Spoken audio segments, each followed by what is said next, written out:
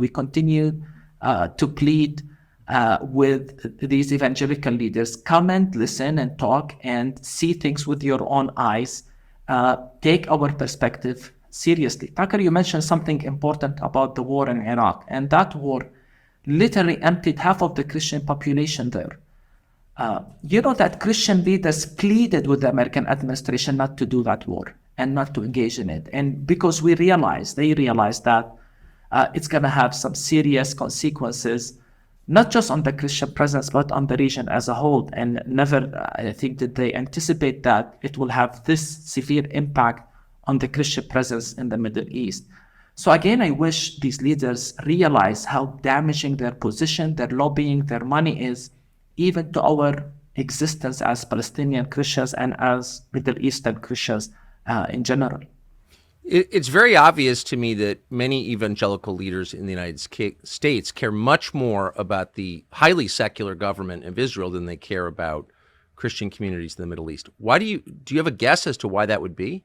Some of it is theology. Some of it is the theology of Christian Zionism that teaches, for example, that Christians must support Israel because the Bible teaches that.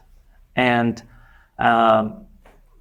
oftentimes that is part of a larger theology of the end times, in which they view the presence of Jews in the land as preparing for the second coming of Christ. They see it as a fulfillment of prophecy, not realizing again what that means on the ground. I always say it's as if the land was empty to them. They are excited about certain events without understanding the consequences of these events on real lives.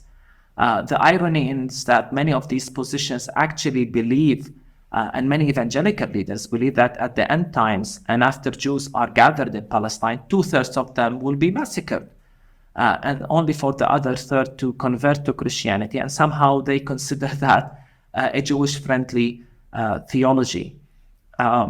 Don't get me wrong, I am for Christians and Jews, just like I'm for all religions coming together, understanding one another. But there is something very problematic when we make a certain religious group as an object in our theology and even eschatology and relate to them accordingly, again, without really understanding what is happening on the ground.